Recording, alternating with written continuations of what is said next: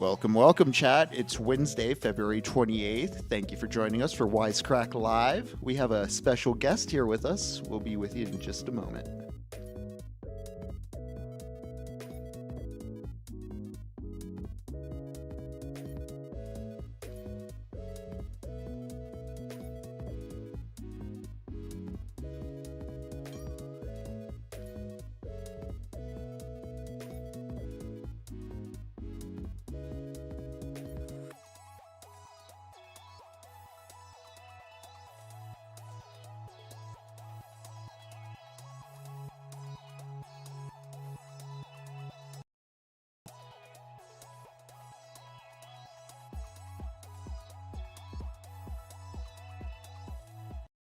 Welcome to Wisecrack Live. I am not Michael Burns, but I am your second favorite bald YouTube host.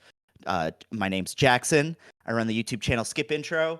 I do some editing for Wisecrack. We edit the stuff together. We're all friends, and yeah, I am the host today.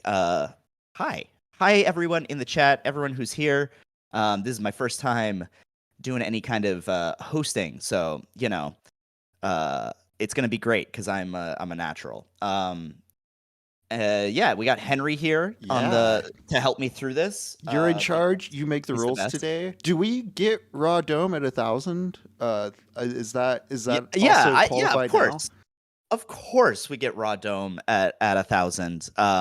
I'm not as precious about the raw dome, but I do have to honor the tradition that Burns has set, and I don't want him feeling pressured to show dome at an earlier time.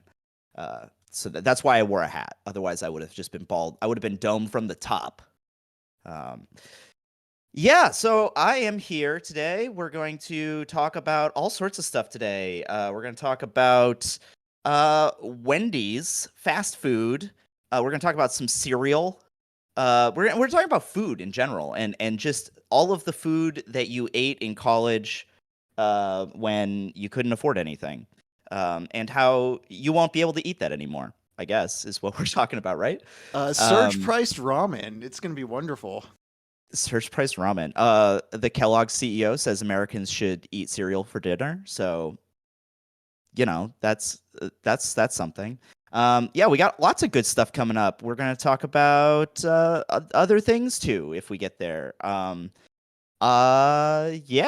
I am just happy to be here, I guess, right now.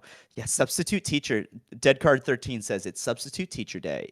We are not watching a movie for history today, but maybe we should. I don't know. That's a good idea. Maybe I could just put on a movie instead. What would the movie be? Yeah, would you put on something copaganda adjacent, or would you want to break from that? You know, I've kind of just accepted this lot in life that I will be talking about cop shows I hate for at least some time. And yeah, I think I'm used to it. I'm fine with the cop stuff. If it's a good movie. I was watching what came on TV. I was waiting for the Celtics game yesterday, and I think before that was on, they had Den of Thieves, which is some Gerard Butler movie where he's like a former Marine in the LA County Sheriff's Department, and he's fighting a gang of former Marines who are trying to break into the Federal Reserve, and they're all shooting their automatic rifles sideways and all that. That was bad. That was a bad one. I don't want to watch that. I should have stayed on Mission Impossible Fallout, which was on the other channel, and is also a copaganda movie, but is very fun because there are cool stunts in it. For those uninitiated or unfamiliar with SkipIntro, why is it that we're talking about copaganda right now? Oh, I'm so sorry. Yeah, so my name is Jackson. I run the channel SkipIntro. A lot of people know me for my copaganda series of videos where I talk about television shows, cop shows, although not strictly police shows, I guess. But but mostly, and talk about how the portrayal of the police that they give us, American audiences, and how that's kind of shaped our understanding of who the police are and what we want them to be. Uh, I have the whole spiel memorized at this point. But yeah, it's we kind of talk about a lot of. I just had 2 videos on Law and Order come out. It was like 2.5 hours of content on that godforsaken franchise. And yeah, I do other videos too, but those are the heavy hitters, I would say. And just talking about how 60% of primetime network shows in like 2020 were related to the law or police directly. So That quality block of CBS. Yeah, well, CBS, you got, I mean, Law and Order's on NBC. NBC. You got The Rookie on ABC. Fox has, I think they're doing like their FBI thing. Yeah. Everyone's got something. It's very popular. You'd be absolutely mind boggled by how much people watch these shows. NCIS is consistently the most like watched show on television every year. Blue Bloods is in the top 10 every year. Although if you exclude people over the age of 70, I'm not sure it reaches the top 50. But that's why it's important to look at these things, I think, because 70-plus-year-old people, they don't have a lot of interactions with the police, but they definitely vote, and they definitely vote about police stuff, and they vote on it based off of what they see on television, which a lot of people have pointed to it being like Fox News and stuff like that, and that's a good thing to talk about. But I think that the more low key pernicious stuff is scripted television and stuff that we think isn't political, even though I don't know who people are always talking about this. They're like, why are you making cops? Can't we keep politics out of the police? I'm like, who do you think writes laws that the police enforce? It's politicians. Yeah. They're the ones who do it. So I don't know. I've always thought that that's a very silly argument, but Earlier on I'm also too, the guy who makes the copaganda series. So yeah, earlier on too, you brought up Den of Thieves, and one of the things you've been mentioning is television as the mechanism of distribution for propaganda. yes, I've always been curious as a fan of your channel. Is there any interest in movies? Is that a separate mechanism or a less interesting mechanism, or is it simply a matter of like YouTube rewarding more cop TV in particular as far as curating content goes? that's a great question. I have done some movies. I did the Top Gun Maverick movie because I thought that was maybe the greatest propaganda film. I think that's in the propaganda enemy film is so vague. Hall of Fame. I think that's up there with like Birth of a Nation and Triumph of a Will. Just as a film history person, that's all I'm saying. And I did the MCU, but I think the MCU is a TV series. I think that, well, I started my channel talking about television, so it felt like a very natural switch to just talk about cop shows as opposed to talking about, jumping over to film. I had always thought that TV was more fun because I think it like lives in your life longer. And I've actually think that the way that we consume television, where it's in your house, you know these characters for years on end. I think that there's a much different dynamic there going on with your relationship to the content. I think that people are a lot less intentional about television, which is great. I don't know. It's not good or bad. It's just is what it is. Yeah, there's like the ripped from the headlinesness of Law and Order comes from mind of giving like the intention, told or not told. It happens because they're just like these are their from stories. context It's at the pretty time, intentional. Yeah. It's right there in the opening. These are their stories. And they that's a very old tradition in cop shows. Dragnet, I believe, was the first one that did that back in the 50s, and they were like, this is actually, we've changed the names, but everything else is real. And it wasn't. It wasn't. Anyways, but the other thing is that I think when you go to a movie, you're like there's like a just like the dynamics of it are a lot more like intentional. You buy a ticket, you have to go to a different location, you sit down in the theater, and you have to put away your phone and you just like watch, and then it's over.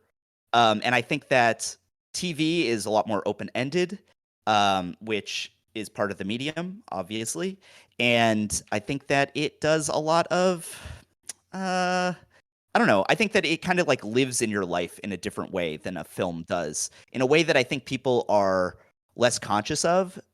Even though there's like the sheer volume of content absolutely outweighs films. Like there's I don't know Yeah. like 1,400 hours of Law and Order and 2 hours of Den of Thieves. You know, I have Alec here in the chat asking, do you think there's a cop show agenda, or is it just because it's easy to write episodic TV about good guy cops going after bad guy criminals for 50 seasons of Law and Order?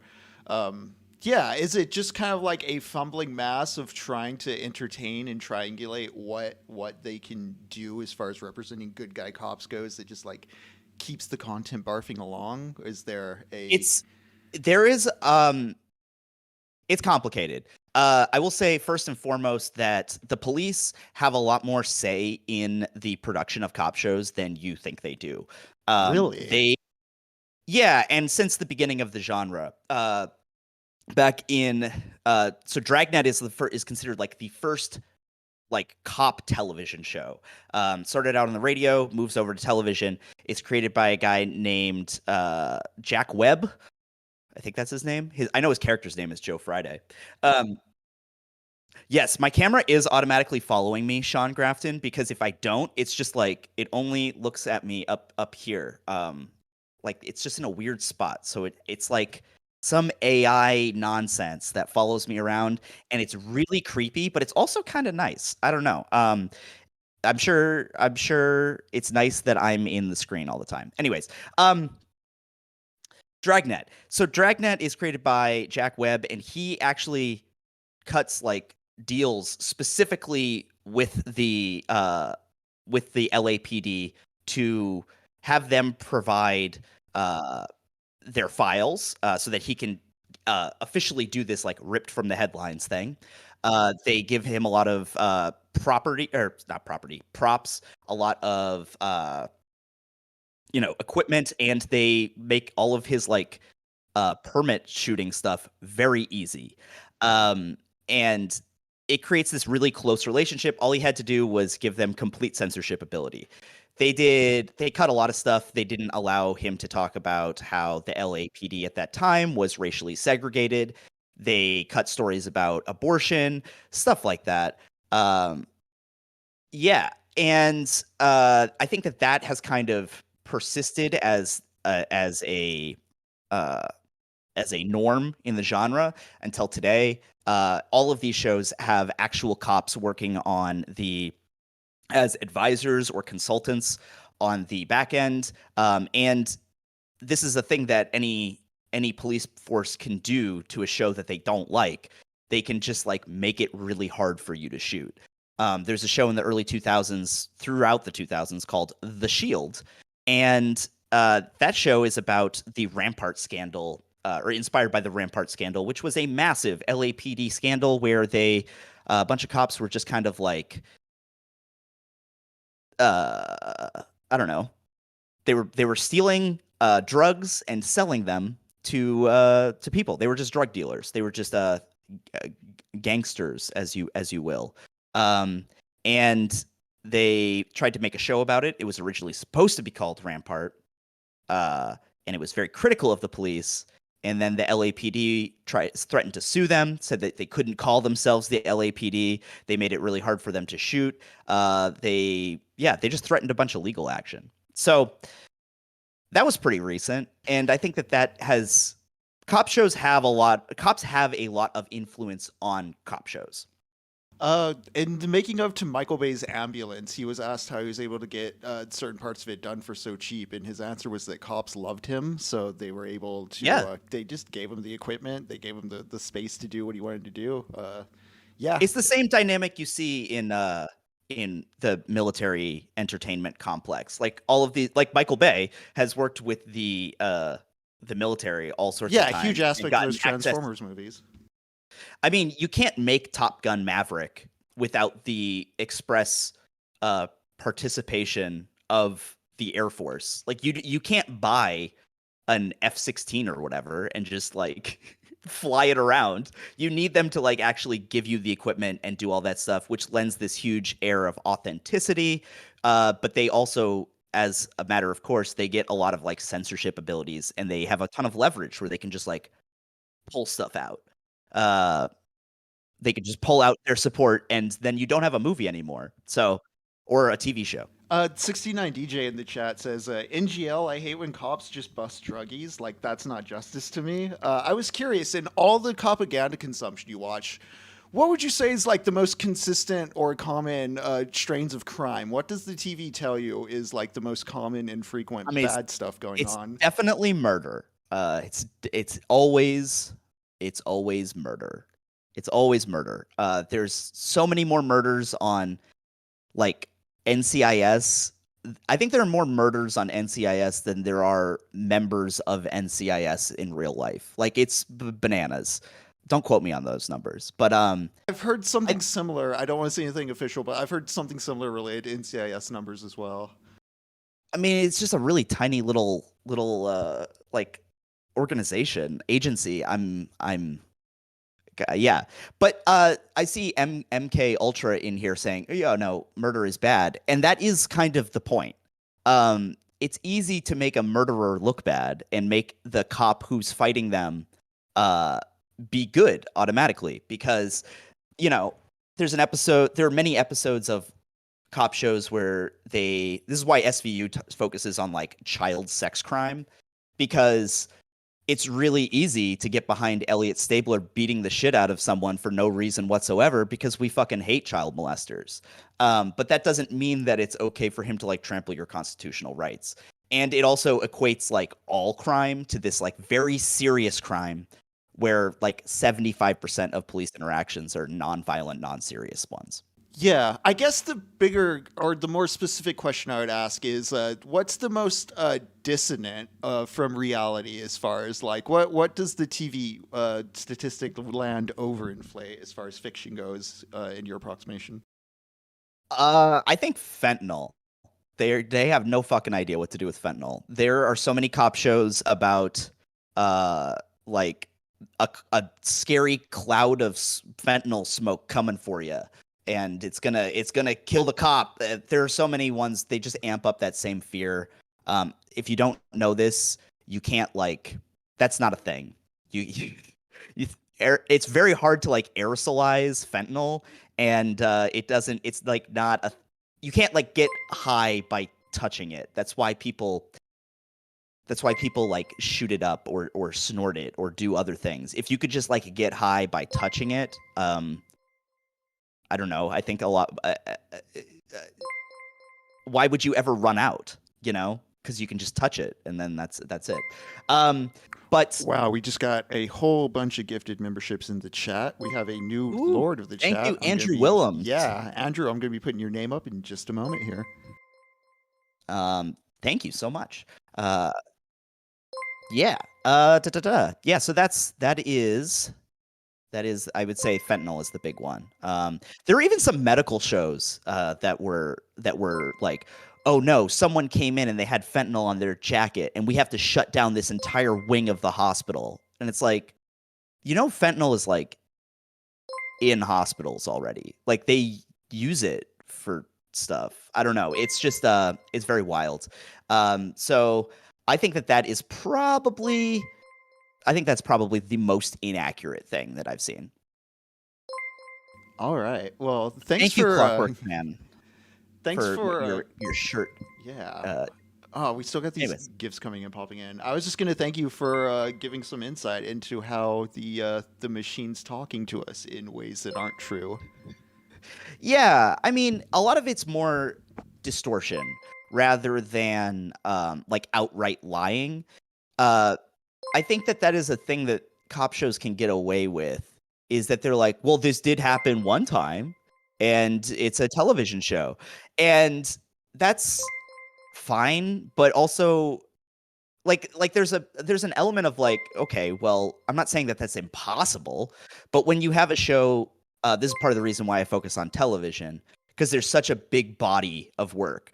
Like if you take out basically the exact same thing, and they're kind of making all of this crime this really high level, when I mean in New York City, most arrests are like misdemeanor arrests, and most misdemeanor arrests get dismissed before they even go to trial or anything like that. But they keep you on the record for like a year, even though everyone has agreed. The prosecution, the defense, the judge has all agreed that this will be dismissed at some point. It's called ACD, which stands for something dismissal. Anyways, yeah. So everyone's like, yeah, we're not going to charge you for this, but in the meantime, it's going to look like you have an open investigation into you, and it's going to be harder for you to get a job or housing or whatever else. Inconveniences. Yeah, Michael exactly. Burns in the chat is asking, is Super Troopers copaganda? And that can't possibly be Wisecrack Michael Burns, can it? He has dad duties, I think, or something, which is why he can't join us. I haven't seen Super Troopers. That's my Wow. confession. I'm sorry about that. I can't give like a great answer. I think I might have seen it on television back when I was like a teenager, but that was a long time ago. I can't really remember. And I'm sure I didn't get the full like uncensored one. Thank you, Kings of the Internet. ACD, adjournment in contemplation of dismissal, is exactly what that is called. Oh, this is the non-woke version of Michael Burns. That's in the chat. Phew, that's good to know. Michael Sleepy Burns. All right. Yeah, so that is the elevator the very long elevator pitch for cop shows are bad. All right. Well, we do have at the beginning of the show, we were talking about surge pricing and what's been going on in the news as far as just the worsening and inshitification of everything, something we're big on here. I have the Wendy's article. Shout out here. Cory Doctorow. Yeah, if you'd like me to pull with that up. I would love that. Do it. Okay. It's on screen for our viewers to see as far as Wendy's wanting to start their Uber-like surge pricing in 2025. Do you have the article? Would you like to go on through it? I do. Hold on. There we go. Now I have it. Okay, cool. Cool. At your pace. So we got So this is Wendy's wants to start Uber-like surge pricing in 2025. I guess we'll just read through a little bit of this, and I'll stop to give. We'll stop to talk about it whenever. Okay, Wendy's will start experimenting with surge pricing, much like Uber and Lyft, as the company rolls out digital menus to all its United States restaurants by 2025, according to the company's February earnings call. Under the test, burgers, Frosties, and other menu items will have dynamic prices, costing more during times of increased demand. I know that this is I don't know if this is a common critique against Wendy's, but I know it is against McDonald's, that the ice cream is never working. So is that the same thing for Frosties? I always thought that was kind of like a built-in dynamic pricing. You know, sometimes you just can't get it. Chat, when was the last time you got Wendy's? I don't think I've ever considered Wendy's even as like a Frosty option. You've never had Wendy's? Is that no, what you're telling not me, as a Henry? like I've had burgers from Wendy's like as like a sort of last resort fast food item, but it's not like a priority chain to me as far as fast. What are food. your priority chains? I eat P. Terry's here in Austin. I've never even heard of P. Terry's. It's a Austin chain. Whataburger is a Texas chain as well. Yes, I've heard of that. But I mean, yeah, I'm always surprised at just like fast food's still going right now with prices what they are, and well, I guess they're resorting to stuff like this because they can't keep going otherwise. I guess, yeah. I would always fall for the siren song of the Wendy girl. You know, it was so inviting. It's like, here. I do like that they have like chili. I remember that being part of their brand as far as recognizing what Wendy's has going for itself. To your point, I don't know when the last time I got Wendy's was. It was not recently. Definitely not in the definitely before COVID, I would say. Uh, so that was a while ago. Maybe that's their problem. Anyways, moving on. Beginning as early as 2025, we will begin testing more enhanced features like dynamic pricing, said Wendy CEO Kirk Tanner on February 15th's earning call. We are planning to invest approximately $20 million to roll out digital menu boards to all U.S. company-operated restaurants by the end of 2025. I wonder how much money they think they're going to make off of dynamic pricing if it's going to cost them $20 million just to get up and running on that. But that's, neither. I'm not a CEO. I couldn't possibly make those big brain decisions. Anyways, part of the benefit of these digital menu boards is that you can change prices as much as you'd like. Consumers are familiar with surge pricing through rideshare services like Uber and Lyft, and they love them, which is why we're implementing them at Wendy's. Sorry, where prices fluctuate significantly depending on demand. Dynamic pricing is a relatively new concept in the fast food world with little precedent. The fluid prices change given supply, demand, competitor pricing, and external factors that can be algorithmically calculated. And it goes on to basically explain how all of this goes down. They say that a majority of customers say dynamic pricing is equivalent to price gouging, and nobody likes it. Nobody wants this, which is obviously why they're doing it, because they're all about serving the customer. So my first thought, I don't know about you, Henry, but my first thought when I saw this was that prices already vary with fast food in many different locations because of taxes or whatever else.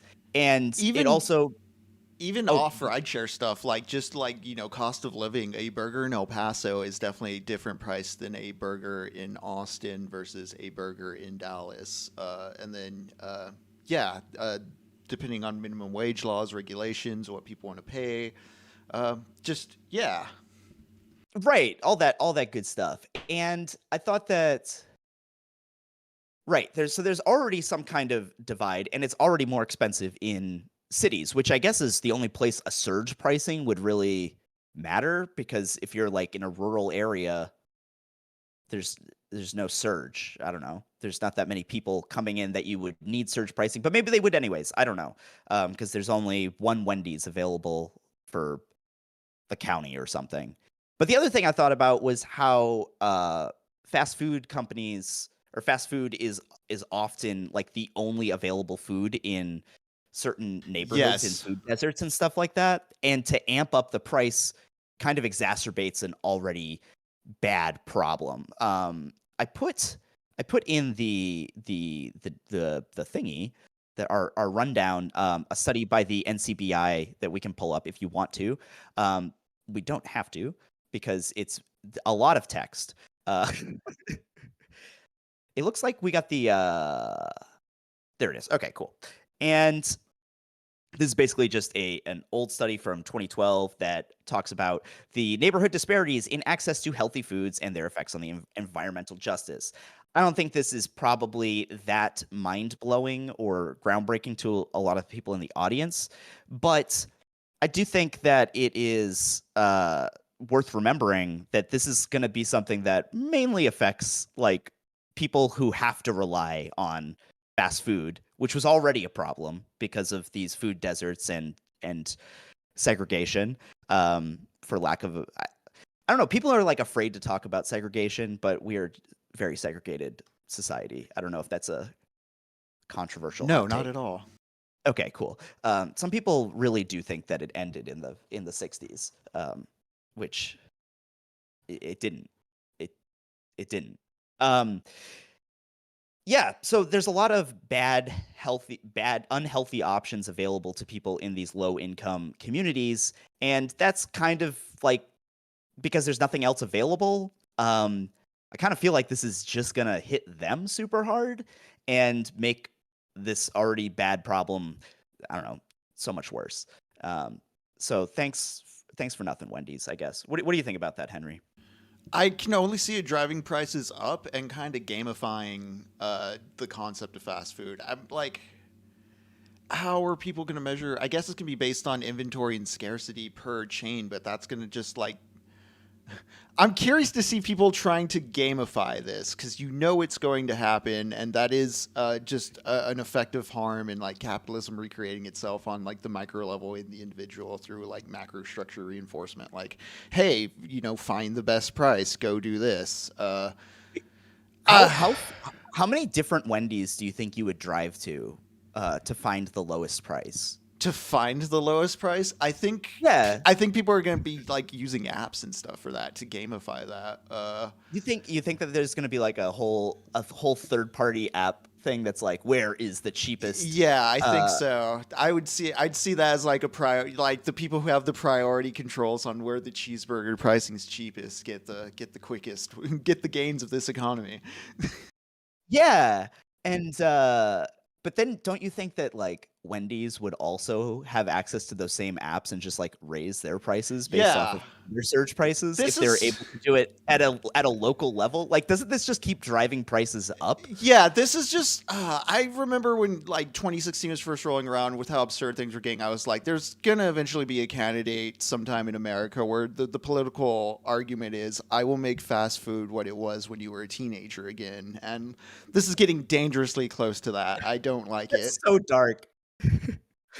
That's so dark. I've been watching a lot of like 90s and early 2000s TV, and they are just railing against so much about fast food, and there's so much like fat shaming and all this other stuff. Yeah, And Super Size Me was a huge phenomenon in the early aughts.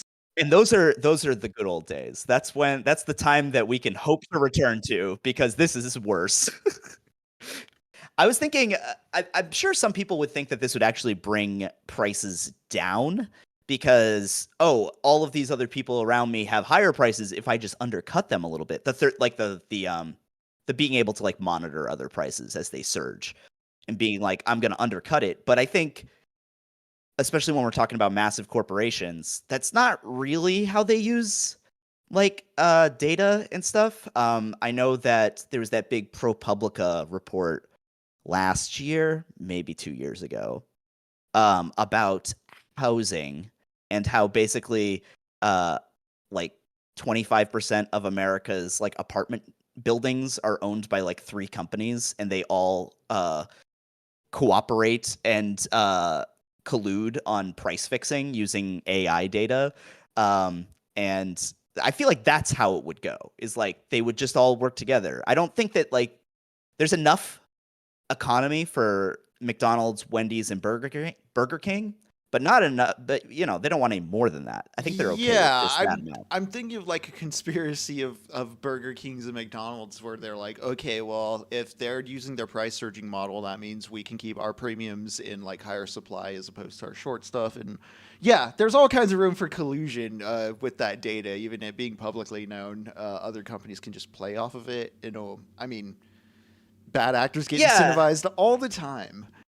I think that the thing about this is I'm sure a lot of people look at Wendy's and they're like, well, you probably shouldn't be eating Wendy's anyways, which is probably true. As we've discussed here, it's not exactly the Well, it's best a fast food moral chain. failing. You're going through the drive-through, so you deserve to have to pay $50 for those fries. It's a moral failing that you're driving. I think that cars are a moral fit. No, I'm just kidding. But I do think that I mean, maybe it's a moral failing in America that you're driving a car that could fit through a drive-through. You need your truck lifted beyond clearance regulations. yeah, you gotta take like a little rope down from your window down to you gotta belay down. But I think that ignores the fact that, like we were talking about earlier, fast food and like unhealthy options at like bodegas or convenience stores are kind of like the only thing available in certain neighborhoods and places. And uh, I don't know, those people deserve to eat too. That's my hot take.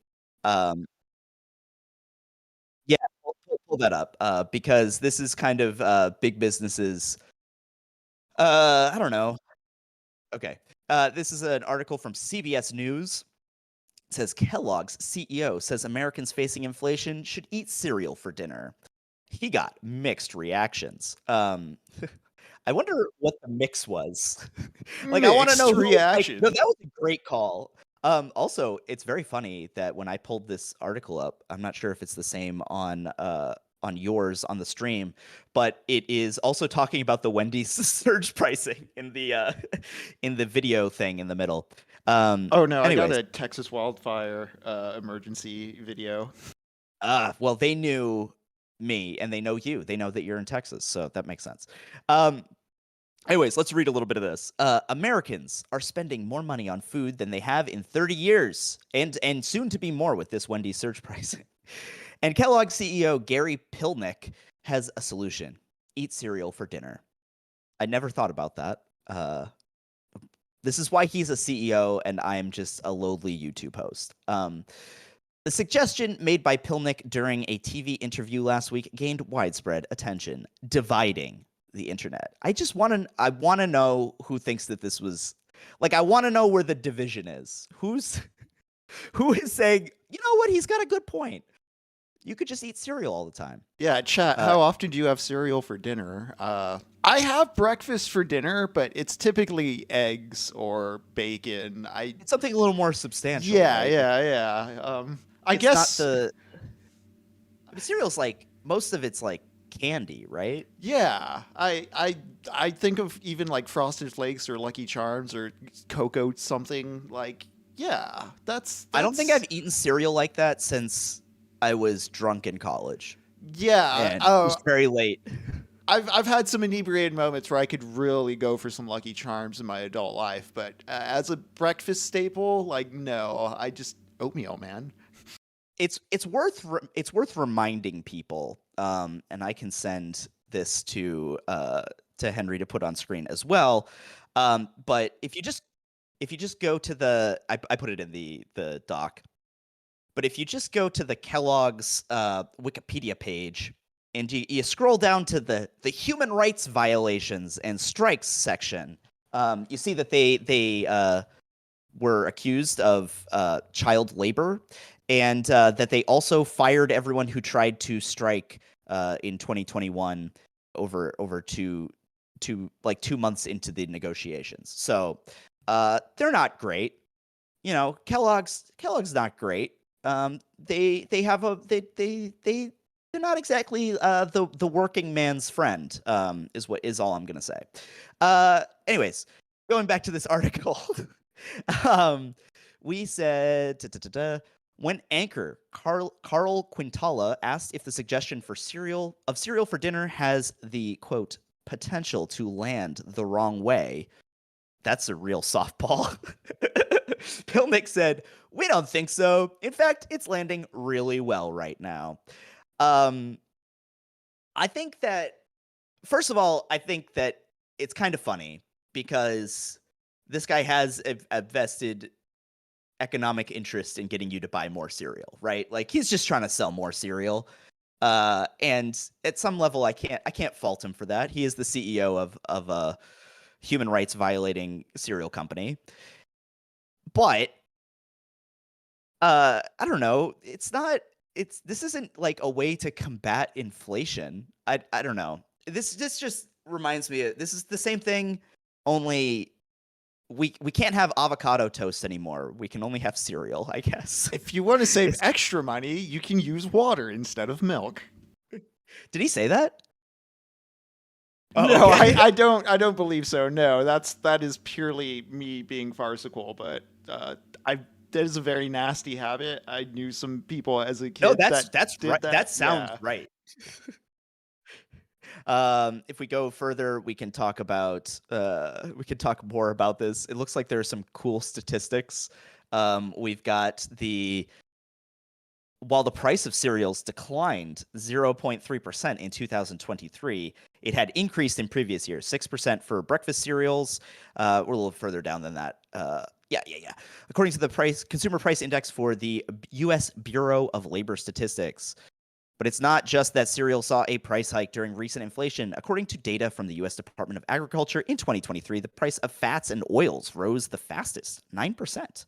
In 2023, sugars and sweets rose 8.7%, and cereals and baked products increased 4.8%. So it sounds like you're still going to have to pay the inflation premium for cereal, but it's just that it's lower, I guess. Is the argument relative to other prices going up? Its price went up the least. I don't know if this is I'm totally not. I don't have any facts on this, but I remember a couple. Well, I have facts on what I'm about to say, but I don't know how it ties in exactly. But I remember like Ireland banned Subway or they told Subway that they couldn't call it bread. What they were selling did not classify as bread. It was like I it believe was they've like gotten a baked sweet or something. they've gotten in legal trouble for their tuna as well. Like they can't call it's not tuna, or it's contested whether its content qualifies. Yeah, and I kind of wonder if I kind of wonder if cereal might fall into the same category, Like where how much of other Cheerios countries is might just view it as plastic? like candy.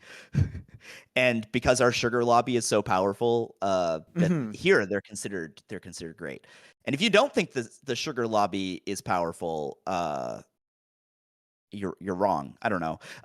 You could look at your nutritional facts and see how there's like a percentage for everything except sugar, because they don't want to tell you that it's too much sugar.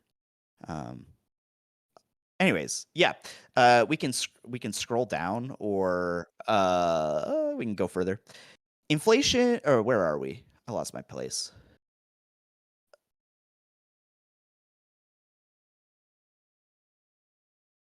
Oh, thank you. In 2022, U.S. consumers spent more than 11% of their disposable income on eating, whether at home or at a restaurant, according to the latest data, not largest, from the FDA.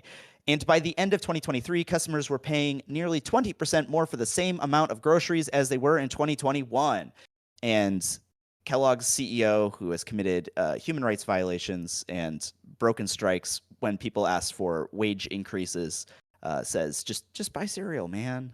Just buy cereal. I'm kind of Just eat cereal. Yeah, I'm kind of curious on that 11% of their disposable income. Is that separate from like total income? Like what percent of total income goes towards food for people versus disposable It's income? weird to call it disposable Yeah. income. I agree. I think that's a really good point, because my first thought was, oh, it's the money that you're not spending on rent or something. Yeah, because But then I was 11%. like, that's not, like, both of these are things you have to do. You Yeah. have to eat and you have to live somewhere. Because to me, 11% sounds kind of low if that's like your total spending on eating. But if it's disposable income, it's like that's 11% of a fraction of what? And like, what are you counting as like. So if you're eating on disposable income versus meals you have to eat, where do you start drawing the line there? That's a great question, and it just feels like there's a line from 30 Rock that I've definitely slipped into some Wisecrack videos, and I've slipped it into a few of my videos also. But if you've ever seen 30 Rock, it's from the 5th season, when Elizabeth Banks's character gets she's a reporter, and she gets abducted or kidnapped by Kim Jong-un and forced to do news for the North Korean government. And what she says, like the only clip they show you is when she's like, "And in food news, you've had enough to eat today." And that just makes me think of this all the time. It's like, yeah, you've done enough. You've eaten enough. We've decided. And click the word under data to get the answer according to data. Wait, not that one. The other one. Maybe maybe that was one. Yeah, that doesn't look like. Oh yeah, let's look at this. The economic. Yeah, let's look at this. Okay, we're looking at the same thing. Wow, everyone's buying. See, people are already buying a lot of cereal. I don't know why. I don't know why this is his. If you look at this first chart, it has price changes for U.S. food. Oh, these are changes. Okay, sorry. I thought this was amount of stuff people were spending. It's all the way at the top, Henry. No. Oh, I have different ones than you. That's so weird. When I clicked on it, maybe I clicked on a different thing. Oh, I did click on a different one. My bad. Okay, cool. I clicked on the one that said according to data, not just data. They're both USDA ERS studies, but they are different ones. Okay, cool. Typical dollar spent in 2022 by U.S. consumers on domestically produced food, both grocery store. This is that dollar graphic. More than 1/3 of U.S. food dollar spending on eating out services. Eating out services. So is a way to say that. I don't know. That's phrasing, I guess, is what I'm trying to say.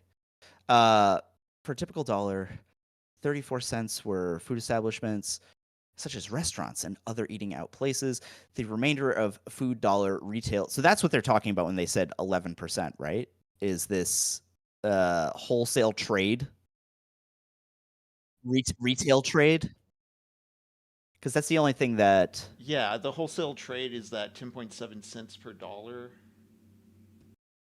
Well, the retail trade, because retail would be people buying stuff just over the counter at sit down restaurants and such, I imagine.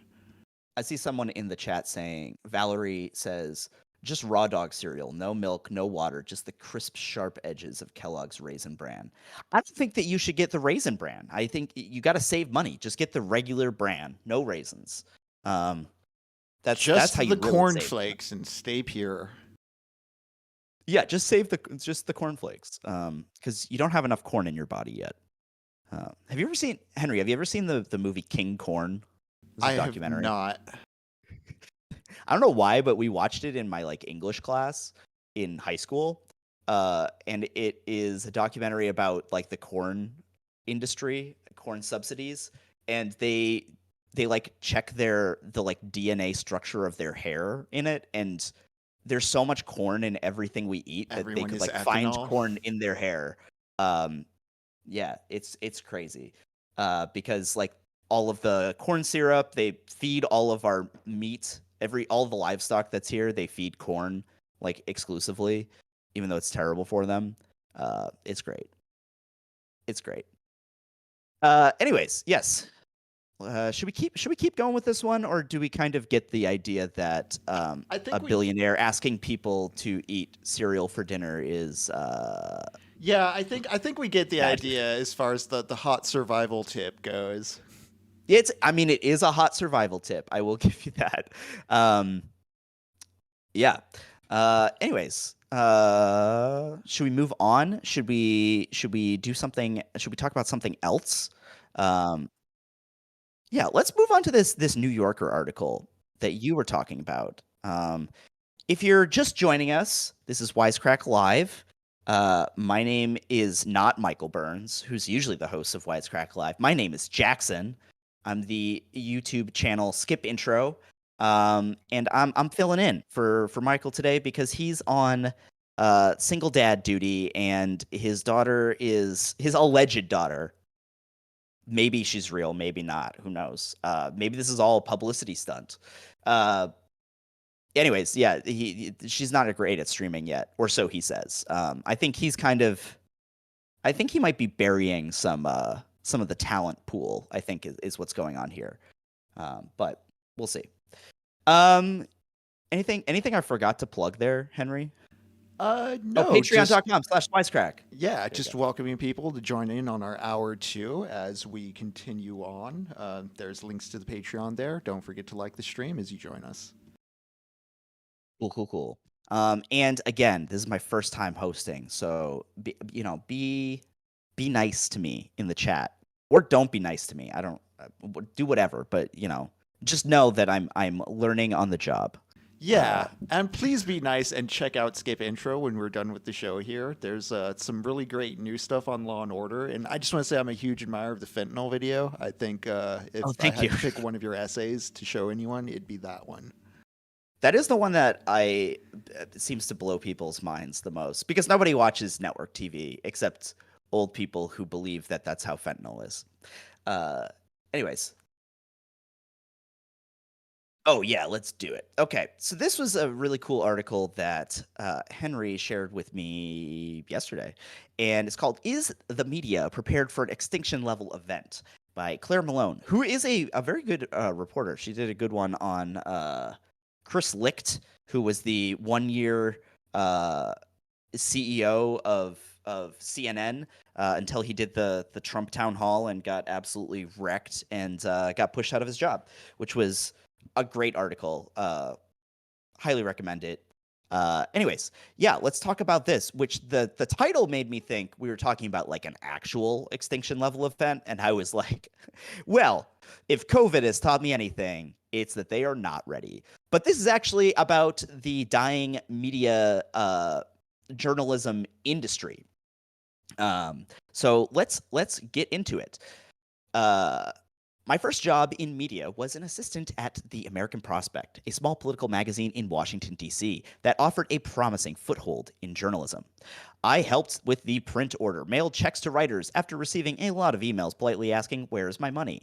and ran the intern program. The last responsibility allowed me a small joy. Every couple weeks, a respected journalist would come into the office for a brown bag lunch in our conference room, giving our most recent group of 20-somethings a chance to ask for practical advice about making it. One man told us to embrace a kind of youthful workaholism before we became encumbered by kids and families. I remember being in college, and that is what they told us too. Fun story about my graduation. I went to Emerson College. Maybe I shouldn't share that, but I think that's public knowledge. And our commencement was given by Jay Leno because he went to Emerson. And he told us, all of us, 21, 22-year-old graduates, that we had to pick at this moment between if you wanted to have friends and a family or if you wanted to have a career, which was Classic Mr. Burns shit. Yeah, right? Classic Jay Leno. I guess. I don't know. He just sounded very salty the entire time, and I remember being like, I hate you now. I hear it in a very like squeaky caricature of his voice, and it's very funny to me, honestly. But it sucks that you had to hear that. I mean, the older I get, the more I understand why people say that. Like, I don't think that they're saying like this is the way things ought to be, but this is like how you succeed in our like fucked up world. But I also think that it's bullshit excuse or bullshit advice because a lot of people can do both, and also you shouldn't think about it as being encumbered by kids and families if that's what you want to have. I don't know. Also, youthful workaholism is also terrible advice. It's like be as exploitable as possible early on before you burn out and want to kill yourself. Before you break your spine, submit it, to the most painful of tortures. Like this is it. I wonder how many people take this advice in their 20s and then they hit their 30s and they are debilitatingly depressed and hate their career and are talking about it in therapy and how much they feel like they've wasted their lives. So I don't have numbers on that, but at least one person, and that's good enough for cop shows, so it's good enough for me. Anyways, an investigative reporter implored us to file our taxes and keep our personal lives in order. Never give the rich and powerful a way to undercut your journalism. That's good advice. I think that's very good advice. But perhaps the most memorable piece of advice was from a late career writer who didn't mince words. You want to make it in journalism, he said? Marry rich. We laughed. He didn't. Also, great advice. Always marry rich if you can. That's great one advice. Day. Yeah, I mean, easier said than done. But if you find any sugar parents in the chat, I'm happy to submit a resume. Yeah, no, marrying rich is a great idea and the best career advice you could possibly get. I've thought a lot about that advice in the past year. A report that tracked layoffs in the industry in 2023 recorded 2,681 in broadcast, print, and digital news media. NBC News, Vox Media, Vice News, Business Insider, Spotify, The Skim, 538, The Athletic, and Condé Nast, the publisher of The New Yorker, made significant layoffs. I should note that I believe some of these companies, NBC, I think that they are subsidiaries of the same parent company. Um, I'm pretty sure, like The Athletic, maybe not, maybe not. I could be wrong. But I don't think that there's any double dipping. Maybe there's not any double dipping there. I could check all of them, but that would be really boring. So let's not do that.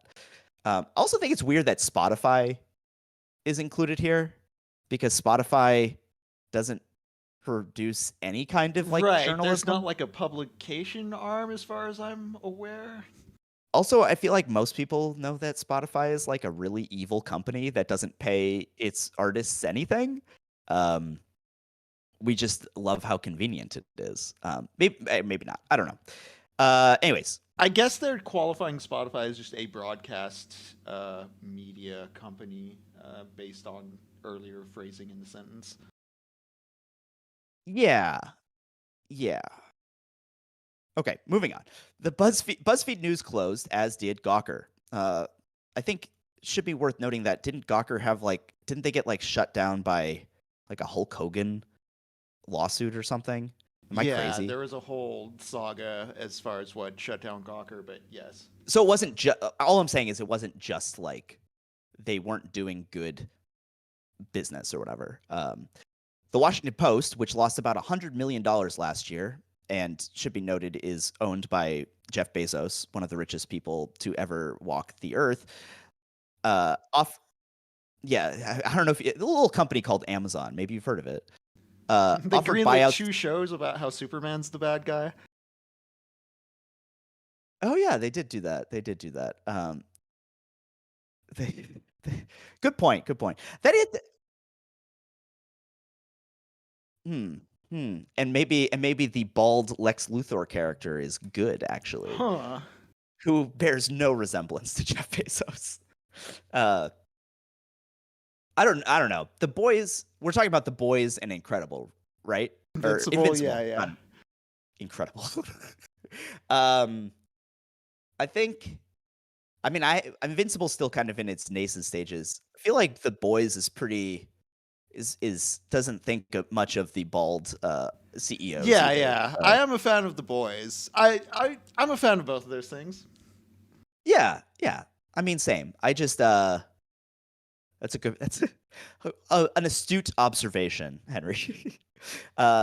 Anyways, the Washington Post, which lost about $100 million last year, offered buyouts to 240 employees. In just the first month of 2024, Condé Nast laid off a significant number of Pitchfork staff and folded the outlet into GQ. The Los Angeles Times laid off at least 115 workers. Their union called it the big one, which I feel like on the West Coast has a different connotation. I've always been told that the big one is like when the big earthquake is coming that's going to destroy the West Coast, which is where Los Angeles is. But now I'm getting distracted.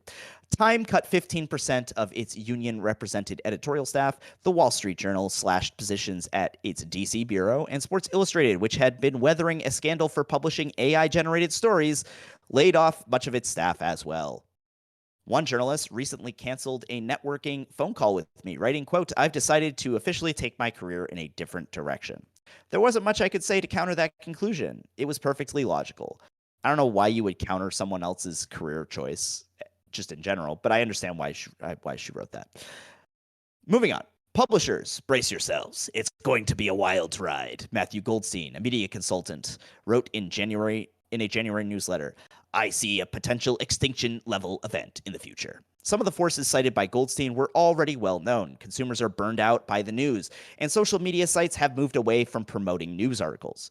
But Goldstein also pointed to Google's rollout of AI-integrated search, which allows user queries within the Google interface rather than referring them to outside websites as a major factor in this coming extinction.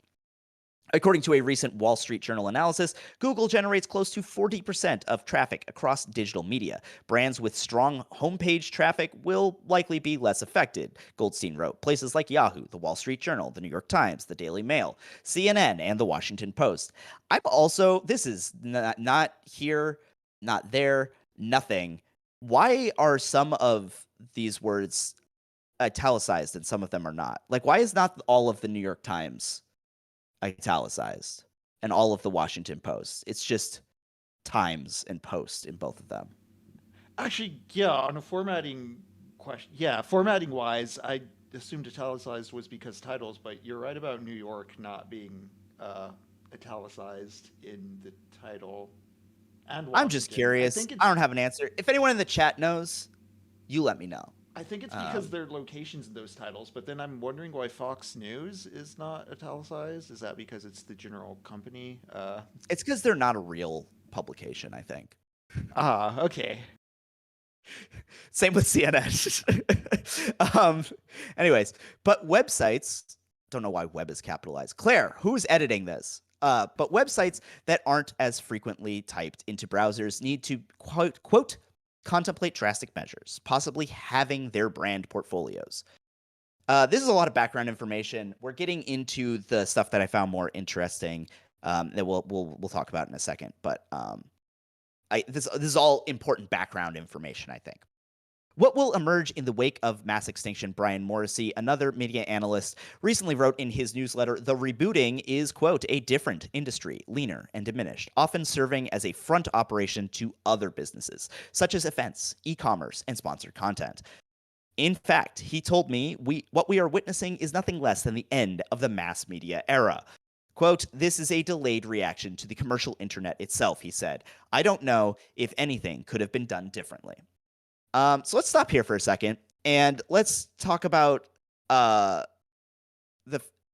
first. Anything about this paragraph jump out to you, Henry? Just the focus on e-content, or e-commerce and sponsored content stuff.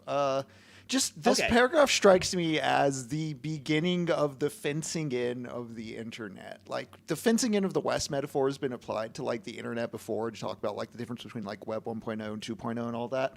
But this particular like commerce and capitalism focused like leaning out of what exists of online infrastructure strikes me as like particularly like fencing in because it's less about the presentation of the web and more about like the actual structure of it.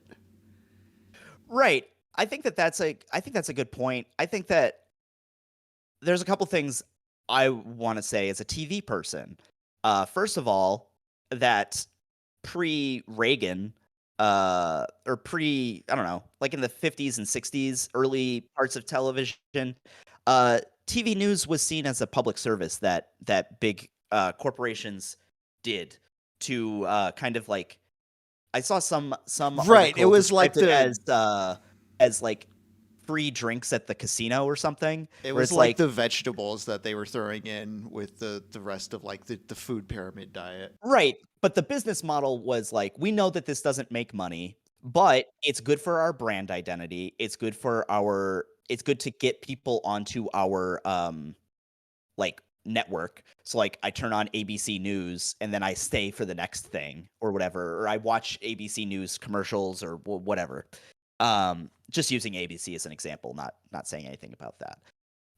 And then for a number of reasons, not the least of which being the cable news 24-hour news cycle that changes. There's a lot of economic regulatory reasons that I don't know enough to talk about without putting my foot in my mouth, or like I don't know enough about the specifics to feel comfortable talking about it in depth. But I mean, there were a number of things that changed, right? So this idea that that it's serving as a front operation to other businesses is not a new one, is what I'm saying. And ironically is kind of the time period of television news, at least, where that people kind of like point to as like that was the good times. So it's a little weird to me that is framed as like this really bad thing when in other conversations it's portrayed as like this great thing, and wouldn't it be great if we returned to that? Yeah, that was kind of my first thought. And the other thought I had was the end of the mass media era, which I think is a really wild thing to say, considering I don't know if we've ever had more media than we have now, right? Yeah, I Yeah, it feels like as far as mass media goes, that's an apparatus we're just like we have to use as a logistical just inevitability, considering like the size of the population we're dealing with. I feel like the kind of like the darker kind of read on this that I have is the end of like the reciprocated like two-way kind of like democratized media era we're in now, where like anyone can grab a content camera and start like throwing content online. But you think that this is the end of that? I think there's going to be a more blatant, like, sort of pay to play structure that might be popping up as a consequence of Hmm. like this sort of ethos. I mean, we already have people who are paranoid about shadow banning and like paying for play on Twitter and places like that. So, Well, uh, Twitter definitely, because yeah, that's owned by yeah, Willy yeah. Wonka. But I, um, I, I think other vultures are watching that corpse rot and they're about to pick yeah, off the parts they like. we're saying this on we're broadcasting on YouTube, which is owned by Google, which is being pointed here as their AI integrated search as part of the problem. So it's not unthinkable that they would make changes to YouTube, which I think is a pretty democratized, like what you're talking about. Anybody can upload, and there are issues with censorship, or I don't know, quote unquote shadow banning or whatever. But at least you can like put it out there, right? I think that, and I think when I see the end of the mass media era, the first thing I thought was like, isn't TikTok like pretty new? Yeah. And that feels like the most mass media era thing I've ever encountered. So I just think that it's changing, and I think that this kind of traditional stuff that they're talking about, and I think that the ideas about journalism are well taken. Hmm. But I think that it's a little weird to kind of move it into a more, to kind of make it about like the end of mass media. But I think that's just kind of like this weird wording in this paragraph. I think I might be hyper fixating on it. Um, Anyways, let's go. Let's move on. Unless you have anything else you want to say about that. There's going to be more stuff, don't you worry. During the first 3 decades of digital publishing, the news media constantly reshaped itself to keep up. Blogging and aggregation, neither of which involved much expense in terms of original reporting, quickly became the strategy for chasing news on the internet. Playing the search engine optimization game, racing to get an article within the first page of Google results, ensured that your website got page views. And page views were what mattered. They were a new way of selling advertising. Gawker, which launched in 2002, famously had an office leaderboard that showed which writer had the best trafficked story. Bonuses were tied to views. I think there's an episode of BoJack Horseman about that. Uh, but the internet's exponential growth only depreciated the value of clicks. By 2008, Gawker was getting half the revenue per page of what it earned in 2004. The model, the financial journalist Felix Salmon or Salmon? Salmon. I'm going to say Mr. Salmon, wrote in 2010, quote, looking increasingly like a race to the bottom, where publishers desperately try to trick every trick in the book to boost their page views and ad impressions just to compensate for the fact that their revenues per page are very small. The results, sensationalism, salaciousness, and slideshows only serve to further erode the value of the sites in the eyes of advertisers. Um, let's stop there for a second. Anything people in the chat think about that? I guess that's mostly just stats, but I feel like it is this isn't like a good system, right?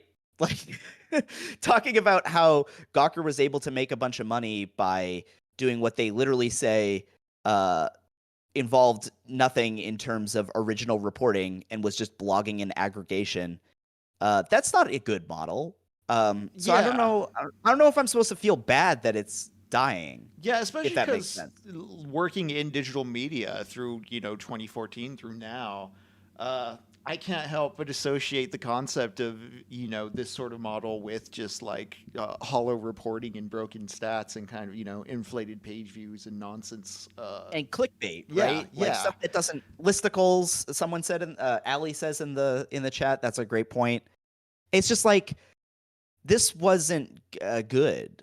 I'm not like I don't know. I'm not like this is not the death of journalism if Gawker dies, because they weren't doing this is the kind of stuff that I feel like is actually replaceable by AI, and maybe maybe the reason that AI is such a threat to journalism is because this kind of journalism or like fake stuff is Yeah, it has already taken those jobs, and then that's going to take those jobs. But I feel like we're kind of behind the curve here if we're talking about if that makes sense. yeah, it's what renders it's what proves the macro structure farce, because if it's like if you're just automating these parts and it's just turning out empty, it's like, well, because there's no content at the base for it to like make anything out of. Yeah, I also think that I don't know. I feel like there's maybe I think they talk about it later, so I'm not gonna get ahead of myself too much. Yeah, let's move on. Digital media continues to chase traffic, though. BuzzFeed was one of the sites that defined the industry, tailoring content to go viral on various social media giants such as Facebook, Twitter, and YouTube. In 2011, the site launched BuzzFeed News, a play for greater prestige that, in some sense, worked. A decade later, the site won a Pulitzer Prize. But BuzzFeed news stories, like most BuzzFeed content, were available for free. When the venture capitalist Mark Andreessen, fun fact, also a raging white supremacist eugenicist, yeah, I wasn't gonna say Nazi, but he definitely uh, doesn't disagree with them. We'll say that. You can look into him later if you want. Uh, his firm gave BuzzFeed a $50 million cash infusion in 2014. He told the company to worry about growth, not revenue. This is, yeah, the growth, not revenue. Great. But ceding distribution to outside tech firms hastened much of the industry's downfall. Quote, even as BuzzFeed reached more and more platforms like YouTube and Snapchat, traffic seemed to be losing value at the same rate. Ben Smith, the former editor-in-chief of BuzzFeed News, wrote in his book 2023, Traffic. Seems like he kind of landed on his feet. I don't know. Quote, when it came to traffic, there was too much of it out there, and Facebook and Google were too good at selling theirs directly to advertisers. Da, da, da, da, da.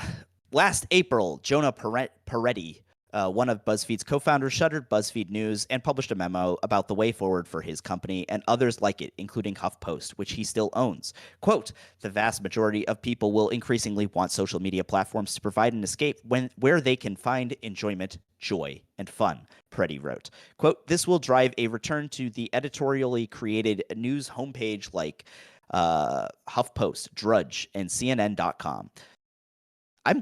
That's a weird trinity to point to. I don't know where he pulled those three names from, but sure. The weird hinging on provide and escape, like that turn of phrase just makes me think, like, do they think there's like an ever increasing like meter of intolerance and pain that we want to escape from in like the material reality that it just keeps going up, but it can go up unlimited. Like we will still like just bear the pain and want to buy more of the HuffPost, Drudge, CNN.com flavor of curated news. Like we'll just keep taking the pain. We don't got to fix any of those external factors. We just need to keep driving up the escape from reality that will give us this profitability. Like that mentality. What's up with it?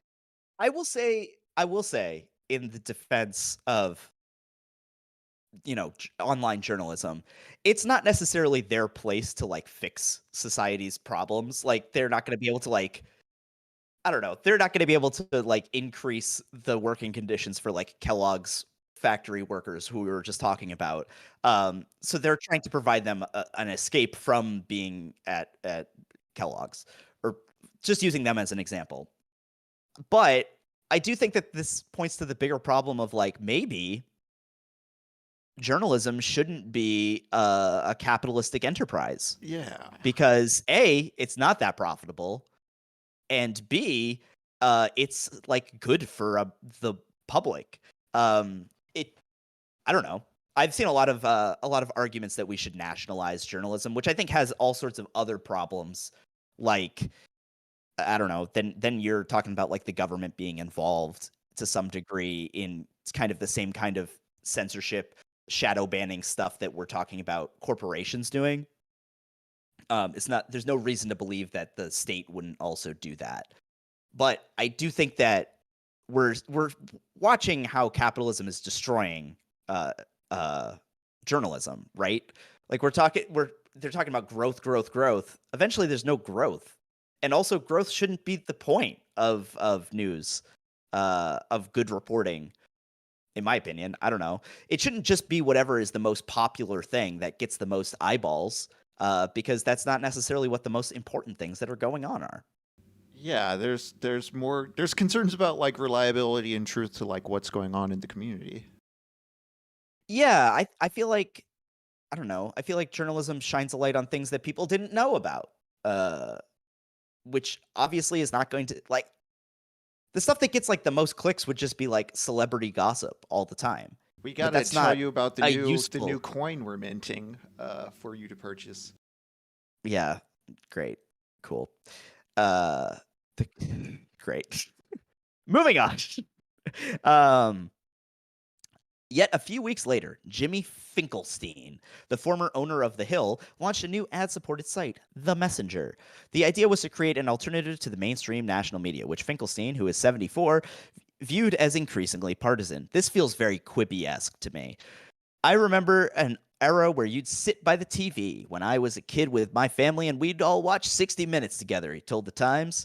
Those days are over. And the fact is, I want to help bring those days. This is exactly what I was just talking about. Like, this this is a Tell return you to what, I have a time machine and we're gonna use it. let me tell you, it was better when everybody watched the same 4 channels, because you can't like put the genie back in the bottle on that. I had a Them long hairs could mouth back to the TV. No one was listening. I was doing a Patreon mailbag and someone was asking me if streaming was killing television. And I think I don't know, it had me thinking about like the idea that people are not watching the same things, and I think that's what he's kind of getting at, is that he wishes everyone was watching 60 Minutes together. Yeah. But there is no monoculture anymore to the same degree. So I Do you, feel like do you think this guy knows who Mr. Beast is? no. No, I don't think he knows who Mr. Beast is. I don't think he knows. I made a Quibi joke earlier because that was Yeah, yeah. also Does by he an know old about media guy Quibi? who was like, "Oh, today's I can definitely fix it," and that failed within like a year. Um, yeah, no, I feel like he doesn't know about the Quibi failure. Otherwise, he wouldn't have done this. Also, fun fact: this guy, when he, well, we'll get to it in a second. I'm getting ahead of myself. The site hired hundreds of journalists, promised to cover sports, politics, and entertainment. Executives said that they expected 100 million monthly visitors and to generate $100 million in a year, mostly through advertising. Uh, the endeavor lasted less than a year. Finkelstein abruptly dissolved the Messenger in January, pulled down the website, and left his employees without severance or health care. There have been a number of stories recently about people who Finkelstein kind of just like left out to dry, left out in the cold, left out in some other idiom that I can't think of. The ordeal demonstrated the media's poverty of ideas for how to survive without robust advertising. The past 2 years have seen steady drops in ad revenue across the industry, even as tech companies somewhat recovered. I feel like this is a little bit of a God, I keep getting ahead of myself. I'll just read the next sentence. Quote, no one who knew anything would think that you can make money off traffic and hit the dumbass numbers he put out there. Jimmy Van High, the co-founder of Axios and Politico, told the news site Puck in the aftermath. I was pissed the moment I heard about this dumb idea. It was business malpractice and human cruelty of an epic scale.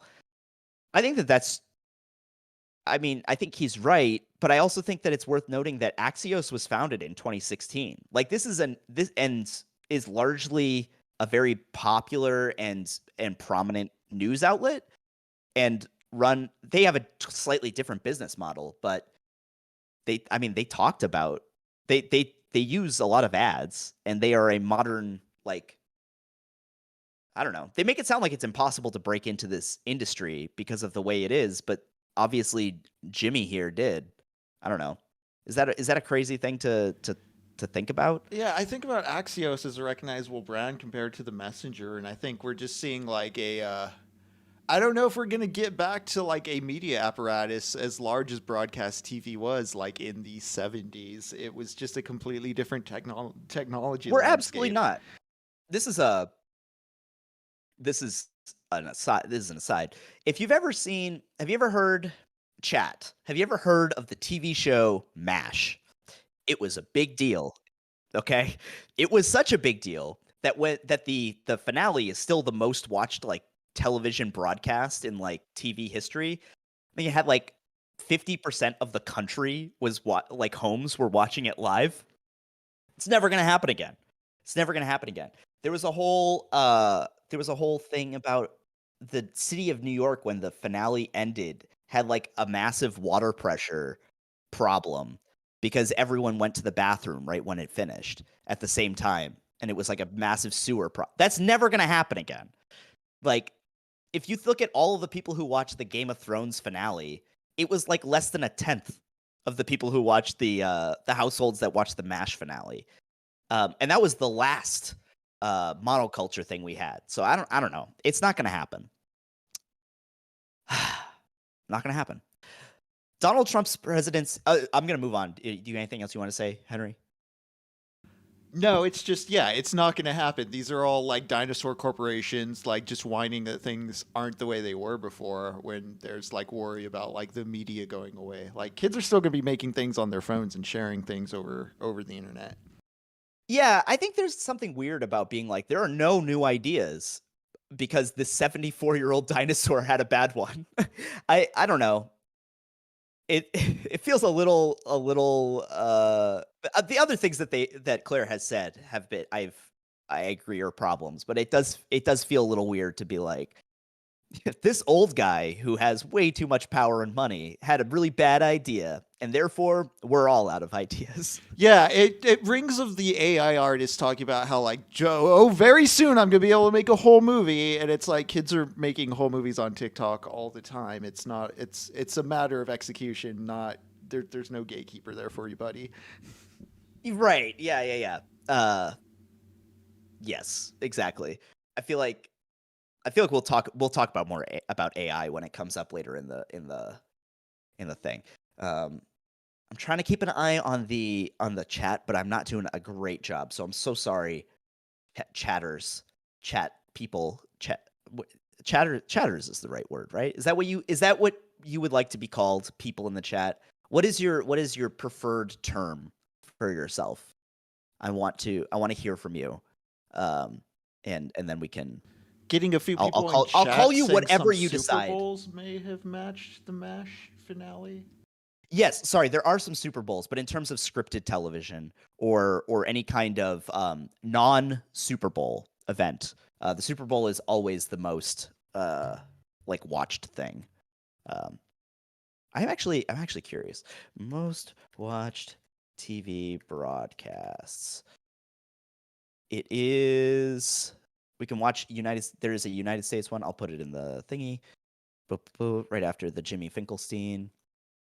It's in the doc if you want to pull it up. We can look at this all together. We got lots of Super Bowls. Super Bowl. The first thing that isn't the Super Bowl is the MASH farewell. But it is also worth looking at the dates, right? So we got the most recent Super Bowl is the most watched thing ever with 123 million. And then we got last year's 2015, 2014, 2016, 2017, 2012, 2011, 2013, 2010, and then MASH in 1983.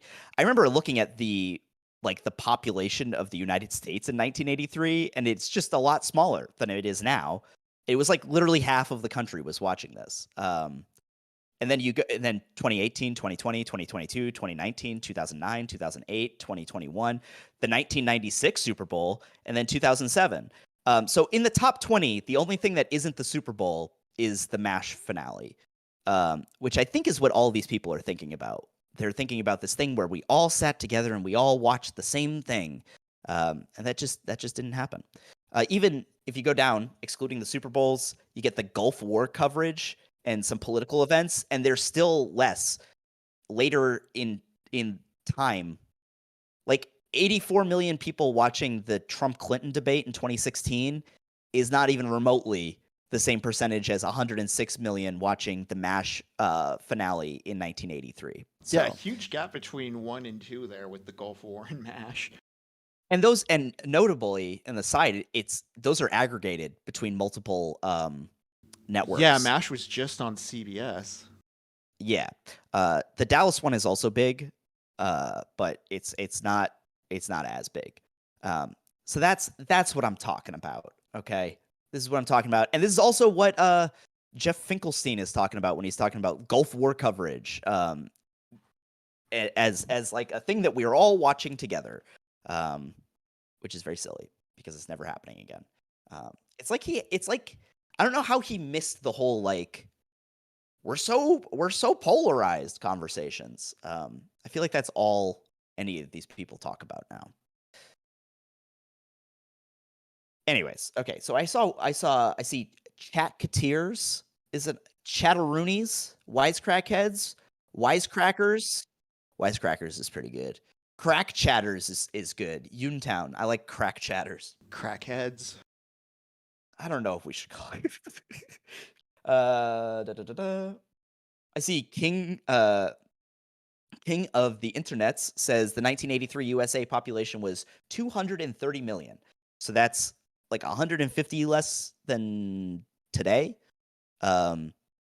which is like the entire Super Bowl from this year, I think, is surplus could be surplus population of the MASH, the 1983. Anyways, I'm getting off track.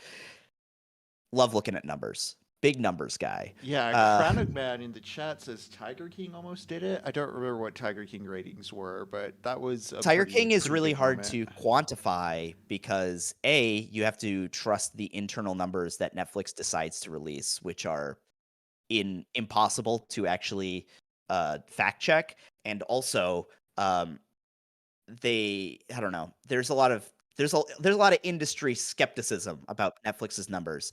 Also, they're international.